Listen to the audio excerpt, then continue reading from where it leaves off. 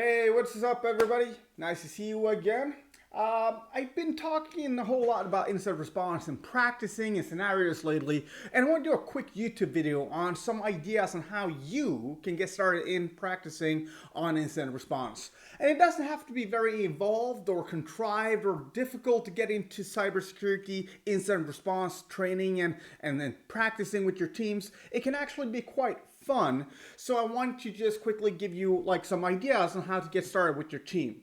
So here we have a methodology that we use for incident response, and this methodology is from NIST. It's basically a 6-step methodology that helps us discover where we are, what we need to do, how we're about to proceed in dealing with certain problems.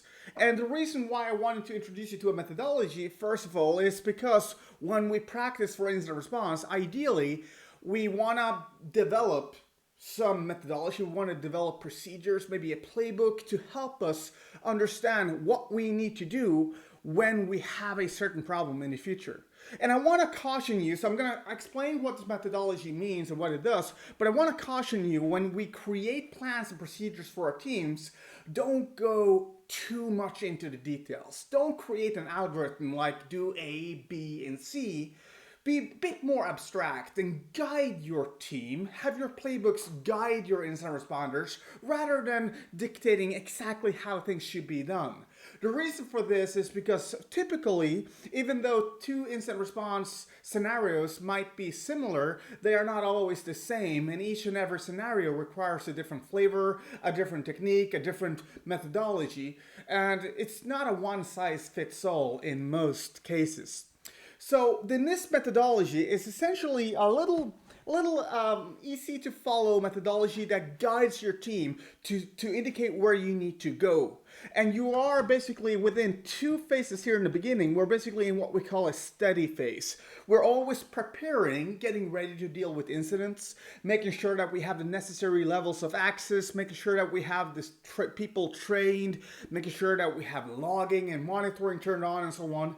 And identification is the process of, hey, pointing your finger on something that might be wrong, something that might be an incident. The identification phase is basically you discovering incidents and declaring incident response. When we move into containment, so if you have an incident, you're going to get into containment. And containment is essentially how your team will stop the bleeding. How are you going to make sure that your organization don't lose any more to the attackers? To stop the attackers in their tracks, prevent them to do lateral movement, prevent them from infiltrating more of your systems and so on. So containment is going to have all kinds of interesting actions. For example, disconnecting something from the internet, changing passwords, patching, all kinds of different ideas that we might come up into containment. Then we have eradication, which is you getting rid of the attackers, removing artifacts that they might have planted, deleting backdoors, changing passwords again, maybe patching and so on. It all depends. But it's essentially maybe restoring from backup takes care of all the attackers' artifacts. And finally, we have recovery, which is the monitoring phase, getting back to normal operations and monitoring for the attackers' returns and so on. And finally here, lessons learned. Sadly, a phase quite commonly skipped because people are sick and tired of incident response once they reach the lessons learned. I mean, we're already up to production back again. Everything looks to be normal, and we skip the lessons learned. The lessons learned often has valuable information and where we can basically help our organizations improve for the future. And post-incident, it's also where many organizations, their wallets now are open. They're ready to invest in something that can protect them. So lessons learned should not be skipped. But anyways, what I'm going to use this methodology for is that when we're going to talk about some scenarios and ideas for practicing, we're going to try to tie things up, how to prepare against this certain thing, how to identify that this certain scenario is happening, how to stop it from developing, how to eradicate the problem, recover to normal operations, and lessons learned. I'm going to do my best to attribute things into these steps of the methodology, okay? Now, keep in mind, this is not a waterfall model. You're not supposed to go from here to here to here to here to here. If you do a mistake, you start to eradicate your threat, for example, and you notice that the threat is still spreading, you probably haven't done the correct containment actions, so you need to go back to containment and start over to help you stop the problem from getting worse, okay? So please don't treat this like a waterfall model. It's strictly not a waterfall model. So how can we train? How can we practice for incident response? Well, what we could do is that we could do tabletop exercises and discuss scenarios with our teams. These types of tabletop exercises are often very boring. They end with arguments just butt-heading against one another, and often they are not very popular amongst the teams. To spice things up, to make things more interesting, what we could do is that we can seek some inspiration from Dungeons and Dragons. Gamification. Look, I can collect my team, say I got 10 people in a room, and I am the incident response master / dungeon master. And what I can do is that I can tell my team that, look, what I say is law. I have a scenario for you. I have a story that I've built. I got some ideas and how my party, that is you, are going to solve these exercises. And I'm going to test my team to see how well they solve the exercise and the scenario. Now, keep in mind, the goal necessarily is not for the team to be successful in solving a specific matter. The goal of the exercises and the training is for us to develop or identify weaknesses in processes, maybe logs, in procedures, identify something that we can improve until the inevitable compromise happens sometimes in the future. So that's why we want to do this kind of practicing. We want to be able to create a more mature incident response organization before you get hacked, okay? Because once you get hacked, it's kind of too late to start improving. Then you're left with what you have and you need to deal with the problem. The inspiration from Dungeons and Dragons is really fun. You can even use 20-sided dice like these, and you can roll the dice to determine if a certain action that the team wants to do is successful or not. The team can ask the Dungeon Master or the Incident Response Master questions, and the Dungeon Master, Incident Response Master can reply with whatever information he or she wants to give the team. And the replies can also be decided based on the dice. Say you have a roll from, say, 1 to 10. If you get any points from 1 to 10, then you have failed whatever you wanted to do. Because the team might ask me, hey, can we check ELK for logs, Chris? I want to search for the IP address of so-and-so. And I roll the dice, and I say, well, that dice landed on a 5, and because it's a 5, your action failed. And the person who asked the question might go, what do you mean failed? And I go, well, turns out that you don't have enough skills. You don't have a procedure on how to search in ELK. You couldn't find the correct index where the logs were stored. Alas, you failed in finding any relevant information. Had you had a procedure, you know what I would do to you? Had you had a procedure already defined and written out how to search for IP addresses in our ELK stack or Splunk or whatever you have, I would give you a +3 to the roll. A +3. So all of a sudden you're now at an 8. Still not enough to win the race, but say you also had a team member that had training. I would give you +2. Then you had a procedure +3. Then I would say say, for example, excuse me, a 6 on a dice roll. This would turn into an 11, and all of a sudden that action would now be successful.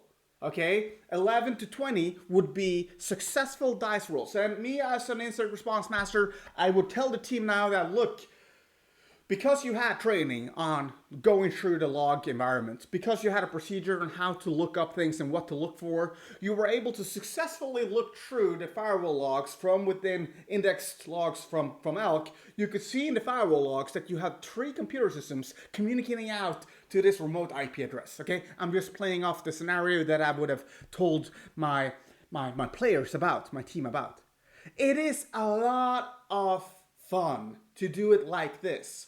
It kind of removes the lame tabletop feel of things. It becomes a lot more dynamic. And even better, if you buy some pizza, some soda, and you do this type of exercise, maybe as part of a team building or like a half-a-day workshop from lunch to the end of work days, it can become a lot of fun. I would say as a minimum, you need to practice scenarios where you need to prove that backups are working, and at the minimum, you need to ask yourself, can my backups be deleted? because of ransomware, right? There's a lot of ransomware out there, and ransomware is a big deal right now. People look at me and they ask me, Chris, how can you pay the criminals? Why don't the companies have backups? They shouldn't be paying the criminals for unlocking ransomed files and servers and so on. And I'm like, dude, backups? I mean, you haven't really fought much ransomware, have you? Because you would know, and you do definitively know if you're a criminal, that backups are the one thing that works against ransomware, and the first thing ransomware actors, the criminals, are doing is to seek and identify your backups so they can delete them. And you might have not thought of that before. You might ask yourself, delete my backups? Is that even possible? Of course. Are you going to tell me that your administrators can't delete backup? I mean, is there no way an admin can log on to an account and start deleting backups, resizing backups, and so on? Ask yourselves, when were backups invented? Were they invented before or after ransomware? Before. Backups can get messed up. Attackers know that. They know backups will work against ransomware. So we need to practice this scenario. How can we delete the backups? How can we make it harder for backups to be deleted? And the solution in many cases is some kind of break glass backup account, maybe in a third-party solution where you don't have your regular user accounts access and so on, with a different password, multi-factor authentication turned on, off-site backups, yeah, the old school robot, tape arms and so on. There is a lot of scenarios that we can use for practicing. We might have, for example, malware spreading through the network. How do you identify? How do you prepare against that? How do you contain that problem? How do you eradicate it and recover to normal operations? And what about lessons learned? We can, for all of these things here, say sensitive information is leaked and you're contacted by tabloid news. How do we go about things? What do we do? For example, as a preparation measure, what we could do for each one of these, we could start setting up the PICERL. The people in computers earn real loot, or the preparation, the identification, the containment, the eradication, and the recovery, and the lessons learned. We can start planning out these things for all of these scenarios. How do we prepare against ransomware deployed and backups have been deleted? Well, we ensure that the backups cannot be deleted like we talked about. How do we respond and prepare against an extortion attack against a C-level executive? These are some scenarios where we can go through the PICERL. We can ask ourselves, how do we solve this when it happens to us? And your team will, by planning out these scenarios, by playing a little gamificated Dungeons and Dragons game, you can basically help build playbooks that will solve many of these questions for you. Try to consider your gold first. What's your gold? Your most valuable assets in the organization. Try to focus on the assets that you know that when these assets die, your company starts to lose massive amounts of money. It might even go bankrupt if we don't get these services back up and running. Start with those assets and plan the incident response scenarios around them and ask yourselves the PICERL.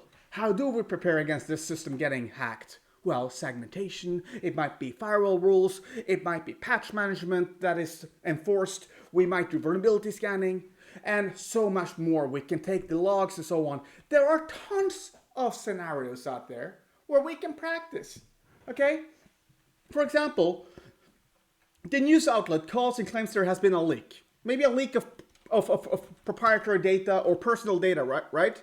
What we would then do is for the PICERL, what we would do is that we would say for preparation, we would define a media contact and let everybody know about this.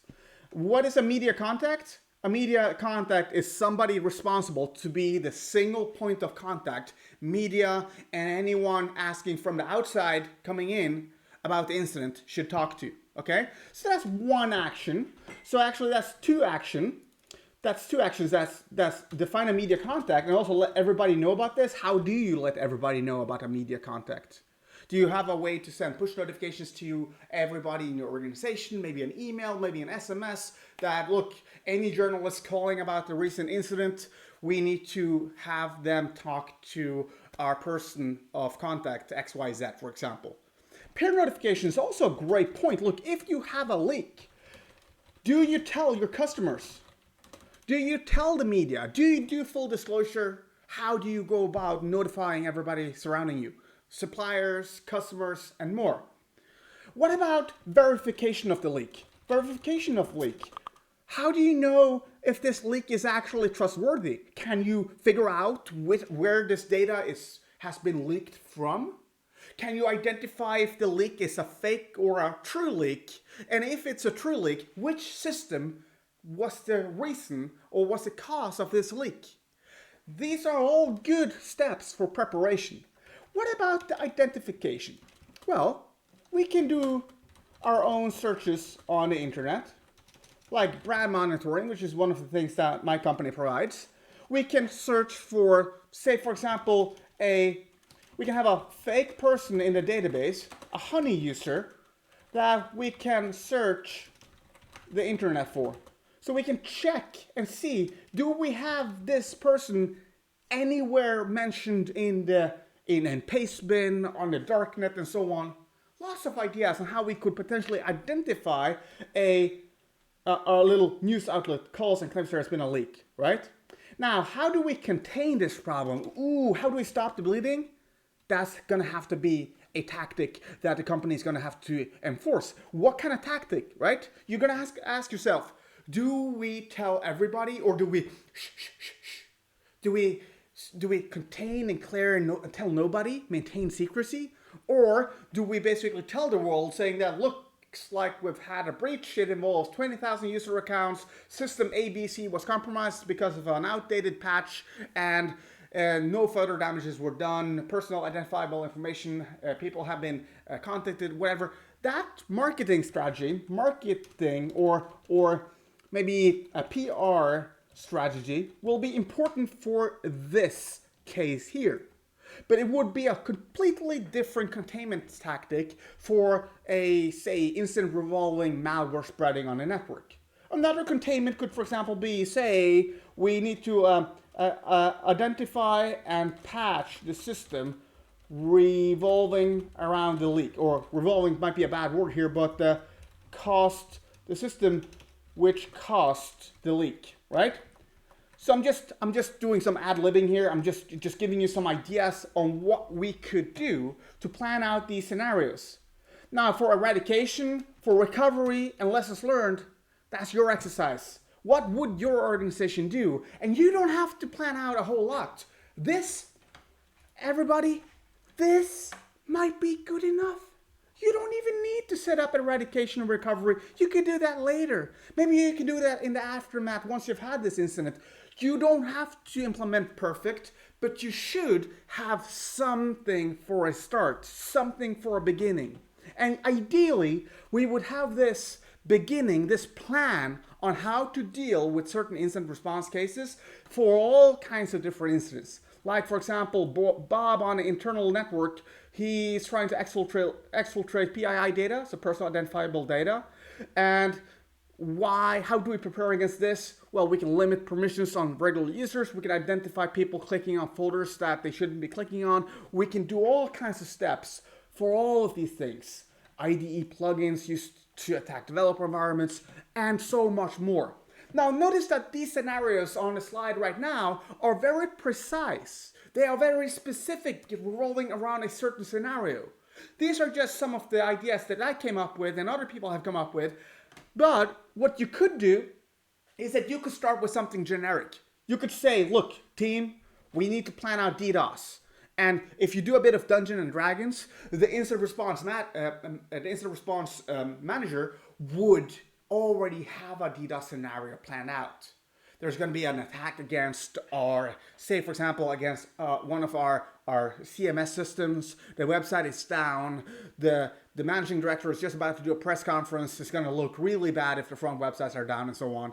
So there's all kinds of cool ideas that we can build surrounding all kinds of different things here. Surrounding trademark infringement, ransomware, scamming, phishing, information leaks, social engineering. How do we prepare, identify, contain, eradicate, recover, and lessons learned on these scenarios? So I'm not going to talk more about these scenarios. I think you get the ideas. I just wanted to share the bullets. I want to share the ideas with you so that you can pause this video and start thinking about, could I put my team down in a meeting room, order some pizza for lunch, and start discussing these things and create some overviews on the identification and the recovery and so on of these things? All right, so that's all I got for you today. Hopefully you have some ideas yourself on how you can get into incident response management and planning out these scenarios and practicing with your team. If you got some cool ideas for how you can do these types of exercises, leave them down in the comments below. And if you like the video, obviously give it a like and subscribe if you want more updates on later videos to come when I have time to make them. All right. If you add me on LinkedIn, by the way, let me know where you found me on LinkedIn from. So why you're adding me on LinkedIn, like, Chris, I saw your video on YouTube, and I would appreciate that. If you want to follow me on Twitter as well, I do occasionally post there. And on our website, riversecurity.eu, we specialize in offensive services and in particular attack surface management to help customers deal with many of the current threats that are ongoing from the internet today. All right. Cheers, everybody. See you around. Bye-bye.